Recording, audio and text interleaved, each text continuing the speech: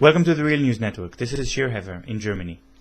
The city of Jaffa, or Yafo as it is called by the Israeli authorities, looks like a normal city on the Mediterranean Sea, bustling with tourists and with businesses.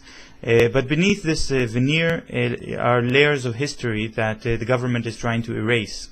After the city was conquered in 1948 by the Haganah, which was the Jewish militia, which later transformed into the Israeli army, the names of streets have been changed. The city was merged with the city of Tel Aviv, so that there is actually no longer an independent city of Jaffa, and ruins of the 1948 war were removed. Jewish citizens started to move into the city as well. But in early June, this June, a mass grave has been discovered in the city of Jaffa with hundreds of bodies, skeletons from the 1948 war. And this grave is a sort of fact that cannot be ignored. It brings back to this history of the city of Jaffa and of all of Palestine. And here to talk about this is Sami Abuskhade. Sami Abuskhade is a PhD student in Tel Aviv University, studying the history of modern Jaffa. He's a city council member in the city of Tel Aviv-Yafo from the Jaffa party. The Jaffa party is a combination of two parties, Balad and Jabha. Hello, Sami. Hi, Shir. So, Sami, can you tell us about the discovery of this mass grave? How did that happen? It happened by a mistake, Shir. The Islamic movement in Jaffa was doing some work in an old cemetery, an old Islamic cemetery in Jaffa, named the Kazakhane. They were doing some cleanings and renovations of graves. And in a chance, while working there, they discovered 6 mass graves in this cemetery. Are they successful in bringing this into awareness? Is the Israeli media covering the story? Well, to be honest, Chair, we don't have proofs that these mass graves are surely from the 1948 war. We have some people that claim that these are mass graves of the 1948 war because they participated in bringing these people into the cemetery. They did it themselves. But still now there is not clear-cut proofs that could be talking about. But the Israeli media, compared to other media, is merely ignoring the whole issue. But what do you mean there is no proof if you just said that there are people who were there and who can testify that they brought the bodies to the graves? Well, here there are a lot of things all together that should be put the whole issue in context. First of all, it's not that Israel only denies mass graves in Jaffa. In the Israeli political discourse, there hasn't been a Nakba at all. And there is no Palestinian people officially in the Israeli official discourse. There has been no Palestinian people. And the war of 1948, from the Israeli point of view, was a great war, very human one. And there has been no massacres because the Israeli army is the most human army in the whole world. Yeah, for our viewers who do not know, the word Naqba in Arabic means catastrophe. It refers to the mass deportation and killings of 1948, but also to the ongoing decision by the Israeli government over the years not to allow refugees to return to their homes and to make further deportations. How can there be a discourse when this doesn't exist when the facts are on the ground? Well, this kind of denial of the Palestinian catastrophe and pain that happened for the Palestinian people since 1948 till today, by the way, is totally denied by the Israeli government and society, not just the government, not just a political issue here. The whole Israeli society, till today, denies all the Palestinian pain that happened as a result of the Zionist project. Yesterday, we held a lecture with Dr. Adel Manna, a Palestinian historian, who has just finished a research on the Palestinians who survived the war of the 1948 war, the Palestinians who are now citizens of the state of Israel. The period he's talking about is between 1948 and 1956. And he have proofs, he have letters from the Zionist archives that talks about acts of revenge and massacres that were happening also after the war, not during the war. And he talks about the fact that there were a lot of bodies spread all over Jaffa of young people, children, women, and men, that people did not have the time to bury them. And then they were brought to mass graves into the city of Jaffa in different cemeteries.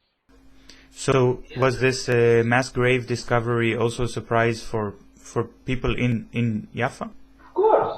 Most of the people in Jaffa here, because we are not allowed to teach our history, don't know anything about Palestinian history, don't know anything about their own history, they don't know anything about the history of the city they are living in.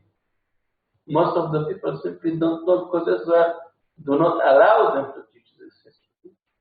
But also those who experienced the war, those who survived the war, those who know what happens, are in a different psychological situations that they don't want to share this pain for different reasons. Part of it because of the feeling of humiliation, because they lost the war, and that brought them a lot of humiliation. Part of it because of fear. The Palestinians who passed the Nakba and became citizens of Israel were put under military control for a long time, and they are still controlled with fear. This war meant the total destruction of their families and their people. When we talk about 1948 war this year, to summarize the meaning of this war to the people who stayed in Jaffa, Jaffa before the war was the most important Arab-Palestinian city in mandatory Palestine. Demographically, it was the biggest. Economically, it was the most important economic center. And culturally, it was the most living cultural center in Palestine. After the war, as a result of the war, the vast majority, something like 98% of the population were expelled. It became a small, poor neighborhood. And the locals who stayed and survived the war, the very small minority, were put into what the Zionists called a ghetto. All the Arab community were concentrated in one neighborhood, the Ajami neighborhood, and it was called the ghetto because it was surrounded with fence, with soldiers and dogs outside the fence.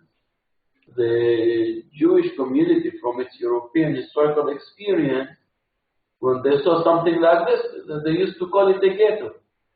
And the Zionist movement concentrated the Arabs in Jaffa in a ghetto. Now, getting back into the story of what happened in Jaffa in 1948, the mass grave that was discovered, is it a mass grave of soldiers, of fighters, or civilians? Shir, to put it in numbers, researchers talk about something like between 700 and 800 people that were killed during the war of 1948 in Jaffa. Just in the city of Jaffa? Part of these people, I'm talking about Arabs, of course. Yeah. Part of these people were different volunteers from different parts of the Arab world who came to help the Japhans defend their city. This is something like 250 people.